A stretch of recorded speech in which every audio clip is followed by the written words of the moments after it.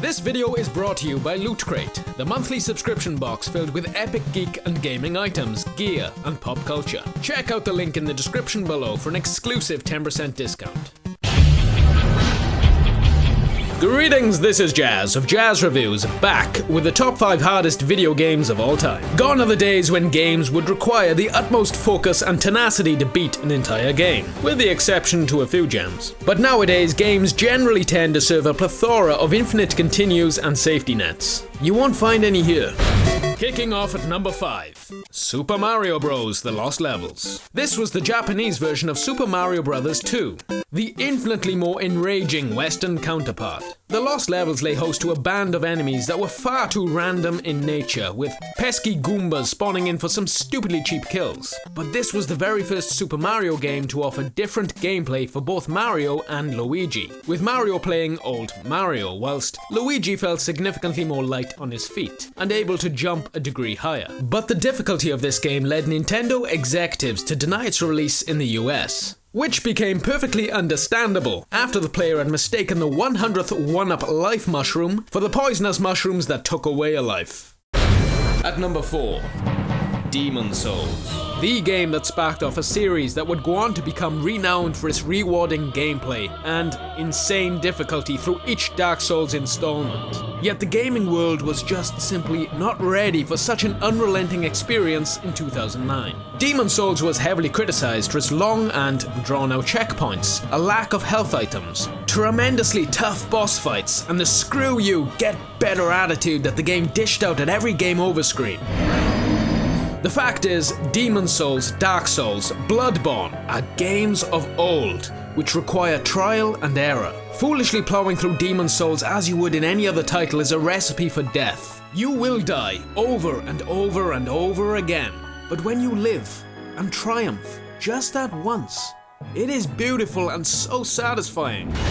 Right before the game flips the tables and the next boss kills you 10 times all over again.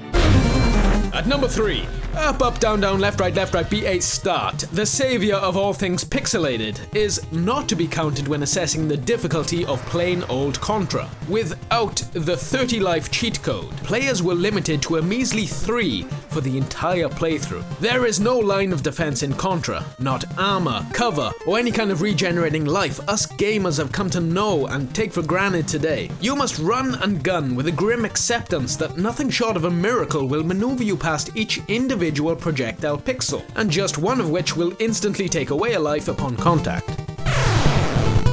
Contra made it to a long list of home video game consoles, immortalized by the NES, of which most people would agree was superior and harder than the original version. There would be no telling as to how much money you'd need to fell that beast at the arcade. But without the Konami Gaming Messiah cheat code, Contra is definitely one of the hardest video games to date. At number 2, the notoriously mind-bending Battletoads. Forged by the lunatics at Rare Game Studios, Battletoads was one of, if not the most notoriously difficult game on the Nintendo Entertainment System. It demanded nothing but the most astute trial and error, and a near photographic memory to ever think of beating all 12 levels. Most gamers never succeeded in passing the infamous tunnel level, and the very few that did were in for one hell of a ride all the way down to the infamous snake pit and beyond. For those blighted souls familiar with the side-scrolling relic they call Battletoads, there will be no warm feeling of nostalgia, but rather a revival of those emotions named anguish, bitterness, grief, heartache, heartbreak, and sorrow.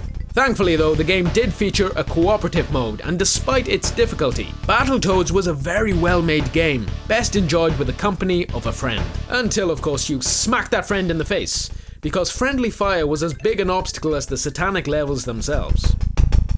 And just before revealing the number 1 spot, a few honorable mentions go out to Zelda 2: The Adventures of Link, Ninja Gaiden Black, and Castlevania.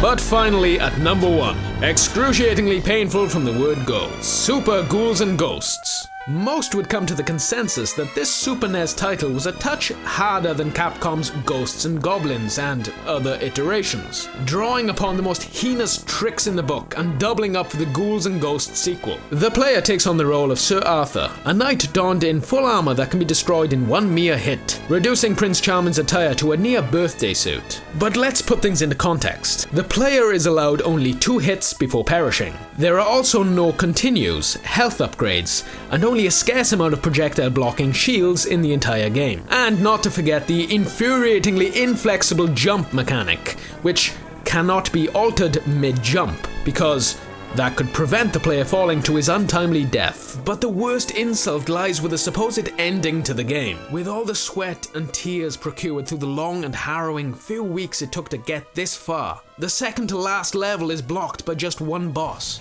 The agony is all but nearly over, or so you would have thought. Of course, the princess then emerges to inform Arthur that the boss can only be defeated with a goddess bracelet. But what does this mean? It means the player would have gone absolutely apeshit at this point, in full realization that you would have to start the entire game all over again just to see the ending.